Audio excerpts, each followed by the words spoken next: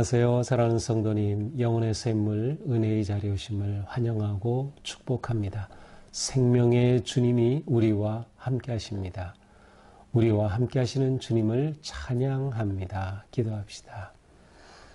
주님, 감사합니다.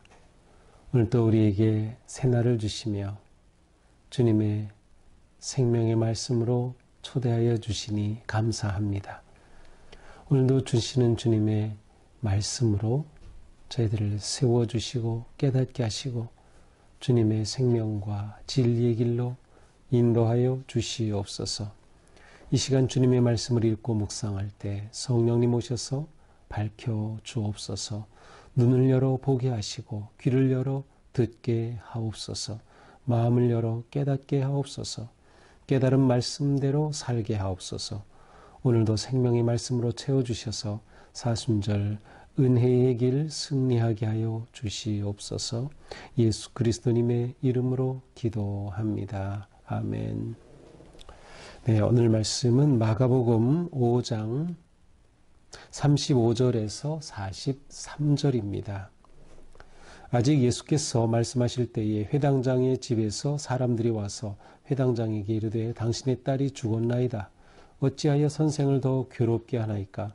예수께서 그 하는 말을 곁에서 들으시고 회당장에게 이르시되 두려워하지 말고 믿기만 하라 하시고 베드로와 야고보의 형제 요한 외에 아무도 따라옴을 허락하지 아니하시고 회당장의 집에 함께 가사 떠드는 것과 사람들이 울며 심히 통곡함을 보시고 들어가서 그들에게 이르시되 너희가 어찌하여 떠들며 우느냐? 이 아이가 죽은 것이 아니라 잔다 하시니 그들이 비웃더라.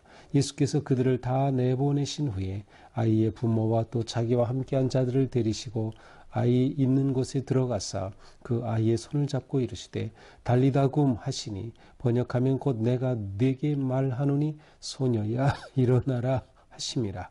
소녀가 곧 일어나서 걸으니 나이가 12살이라. 사람들이 곧 크게 놀라고 놀라거늘 예수께서 이 일을 아무도 알지 못하게 하라고 그들을 많이 경계하시고 이에 소녀에게 먹을 것을 주라 하시니라. 아멘. 자, 어제 본문의 시작은 사실 오늘 본문을 이루고 있는 회당장 야이로가 예수님을 찾아오는 것으로 시작되었어요. 그런데 중간에 열대를 혈루증으로 앓고 있는 그 여인이 나타나서 이 이야기가 중간에 끊어지고 혈루증을 앓던 여인이 치료되는 놀라운 역사가 있었습니다. 자, 바로 이렇게 그 놀라운 치유의 역사가 일어난 그때 바로 예수님께 예수님과 함께는 회당장의 야이로에게 그 아래에 일하는 사람들이 찾아온 겁니다. 찾아온 이유는 하나였어요. 바로 회당장의 딸이 죽었다는 소식을 알려주기 위해서 온 거죠.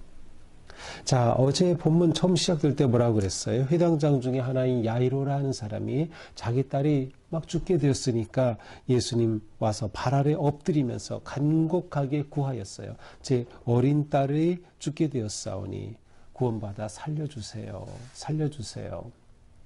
그런데 중간에 이 열대를 혈루증으로 앓는 여인을 치료하는 사건이 있는 사이 이미 이 딸은 죽었고 그 딸이 죽었다는 소식을 이제 야이로에게 전해주는 것입니다. 자, 그런데 예수님은 곁에서 이 하는 말을 들으셨어요. 그리고 어떻게 하십니까? 회당장에게 이르십니다. 두려워하지 말고 믿기만 하라. 두려워하지 말고 믿기만 하라. 자, 36절에서 예수님이 이렇게 그 회당장의 집에 하인들이 와서 하는 말을 곁에서 들으시고 라고 되어 있는데 이 말은 또 이렇게 번역이 가능합니다. 그 말을 들으시면서 무시하시고 관심 두지 않으시고 그러니까 예수님은 지금 이 죽었다고 하는 그것에 대해 관심 두지 않으시는, 다시 말하면 죽었구나, 큰일 났구나, 그런 것이 아니었어요. 예수님에게는 놀라운 계획이 있었던 것이죠. 회당장에게 말씀하십니다. 두려워하지 말고 믿기만 하라. 지금 예수님은 회당장의 믿음을 지금 격려하고 계시는 거예요. 너 나에게 올 때 믿음을 가지고 왔지. 그래서 어제 본문에서 뭐래요? 예수님 앞에 발 앞에 엎드려서 제 아이를 구해주세요. 이 믿음 가지고 왔지. 그런데 내 딸이 죽었다고 해서 이 믿음 하면 안 된다. 이 믿음을 지켜라. 라고 지금 격려해 주시는 거예요. 믿음을 포기하지 말라는 것이죠. 그리고서는 예수님이 세 제자, 베드로, 야고보, 요한, 특별히 이 세 제자를 데리시고 이 야이로의 집으로 가십니다. 가서 보니까 거기 많은 사람들이 모여 있어요. 그리고 떠들고 울고 통곡하고 있어요. 사실 떠든다고도 했지만 굉장히 어떤 그 분위기를 나타내는 소란스러운 분위기라는 것은 이렇게 죽으면은 이 초상집에는 피리를 불고 또 애국하는 사람들이 전문 애국하는 사람들도 있었고 이런 일이 있었기 때문에 이렇게 초상집이 아주 떠들썩한 것이죠. 근데 예수님께서 이러한 모든 모습들을 보셔요. 그리고 그곳에 들어가서 말씀하십니다. 너희가 어찌하여 떠들며 우느냐? 이 아이가 죽은 것이 아니라 잔다. 이 아이는 죽은 게 아니라 자는 것이야. 라고 말씀하시죠. 이 아이는 명백히 죽었습니다. 그런데 예수님은 잔다라고 표현하고 계셔요. 이것은 이 아이의 죽음이 예수님께는 일시적인 현상일 뿐입니다. 죽은 건 맞아요. 그렇지만 일시적인 것이죠. 자, 예수님에게는 죽음의 의미가 다릅니다. 사람들은 이제 죽으면 끝이다. 예수님에게는 죽음의 의미가 달라요. 예수님에게는 죽음이 아니고 어떻게 보면 산 것이 또한 산 것이 아닐 수가 있어요. 과연 예수 그리스도에 대한 믿음이 있느냐가 결정하는 것이죠. 믿음이 있다면 죽은 것도 죽은 것이 아닐 수 있고, 그러나 믿음이 없다면 산 것도 사실은 죽은 것과 마찬가지일 수 있는 거죠. 믿기만 하라. 아이가 죽은 것이 아니라 잔다. 이렇게 하자 그 사람들이 비웃습니다. 그렇죠. 아이가 죽었는데 잔다고 하니 비웃죠. 그러자 예수님은 그들을 다 내보내신 후에 이 아이의 부모와 그리고 세 제자 같이 갔죠. 그들과 함께 이 아이 있는 곳에 들어가십니다. 그리고 아이의 손을 잡습니다. 아이의 손을 잡았어요. 자, 율법적으로는 이렇게 누군가 죽었을 때 그 죽음을 만지는 것은 금지됐어요. 부정해진다. 그러나 예수님은 이 아이의 손을 잡으셨어요. 그리고 말씀하시죠. 달리다 굼, 탈리타 굼이라고 하는 이 말은 원래 아람어예요. 그래서 이제 마가복음은 유대인 공동체를 향한 그러한 복음서이기 때문에 이렇게 아람어가 나올 때는 일종의 외국어, 물론 그 당시에 사람들이 많이 사용하는 그러한 일상 언어였지만 의미를 풀어주죠. 달리다 굼, 곧 내가 네게 말하노니 소녀야 일어나라 라는 그러한 의미였어요. 그래서 소녀야 일어나라 이렇게 이 소녀에게 명령을 하신 것이죠. 그러자 이 소녀가 곧 일어납니다. 마가복음의 특징이 뭐예요? 곧 말 한 번 나온다 그랬죠. 곧 일어나서 걸으니 12살이다. 사람들이 곧 크게 놀라거늘. 자, 12살인 이 소녀, 누가복음에서는 이가 외동딸이라고 되어 있어요. 그러니까 이 소녀가 죽었다, 살아난 겁니다. 그런데 사람들이 이걸 보고 깜짝 놀라죠. 이 아이가 살아나왔으니 말이죠. 그런데 예수님께서는 말씀하셔요. 아무도 알지 못하게 하라고 그들을 많이 경계하셔요. 아무도 알지 못하게 하라.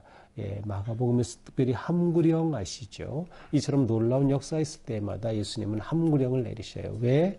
예수님의 진짜 그리스도 되심을 드러내시기 전까지는. 그러니까 예수님 하면 이렇게 기적이 있고 막 엄청난 일들이 일어나는 것을 하는 거예요. 하나 예수님의 핵심은 십자가예요. 예수님은 그래서 이러한 일이 있을 때 계속 함구령을 내리시는 거예요. 진정한 그리스도의 십자가가 드러날 때까지. 그래서 이 함구령이 해제되는 것은 예수님이 고난에 대한 순환에 대한 예고하실 때부터입니다. 자, 이렇게 이 소녀를 살리신 예수님은 이제 이 소녀에게 먹을 것을 주라고 하십니다. 바로 이 소녀가 살아났음을 증거하는 것이죠. 소생의 증거입니다. 자, 오늘의 말씀을 통해서 우리는 이 회당장의 야이로의 믿음과 함께 두 가지를 초점을 보게 되는데 예수 그리스도는 누구신가 하는 거예요. 자, 이 마가복음 5장이 들어오면서 예수님이 누구신가라고 하는 것을 드러내는 거예요. 예수님의 말씀하시는 예수님, 이제 역사하시는 예수님. 이 예수님이 하시는 일은 곧 예수님이 누구신가를 드러내는 것이죠. 죽은 자를 살리신 이 놀라운 역사를 통해 예수님의 능력의 절정의 이름을 우리에게 보여주고 있습니다. 곧 예수님은 누구셔요? 생명의 주인이시다라는 거죠. 생명의 창조자가 되신다라고 하는 것이에요. 이렇게 예수님의 치유를 통해 생명의 회복, 죽은 자가 살아나는 이 놀라운 일을 통해서 하나님의 나라가 임한 것을 보여줍니다. 하나님의 통치가 이미 온 것이죠. 천국이 왔음을 보여주고 계시는 것이죠. 이 놀라운 역사가 일어나는. 그래서 오늘 본문에서는 예수님은 누구신가라고 하는 점, 또 다른 하나는 바로 야이로의 믿음에 초점을 두어서 우리는 볼 수 있어요. 야이로의 믿음을 보면서 우리는 믿음은 무엇인가라고 하는 것을 생각하게 됩니다. 믿음은 예수 그리스도에 대한 온전한 신뢰입니다. 예수 그리스도에 대한 신뢰. 야이로는 예수님이 치유하심을 믿고 예수님께 왔어요. 그런데 죽었다는 소식이 들려요. 그러자 예수님은 그때의 믿음을 지켜라. 믿음 포기하지 말라라고 그를 격려해 주시죠. 예수 그리스도께서 어떻게 하실까를 이미 알고 계셨기 때문이죠. 믿음은 생각, 아니면 소문이 구체적인 행동으로 나타날 때 그리스도를 만나고 그를 통해 놀라운 열매를 거두게 되는 것입니다.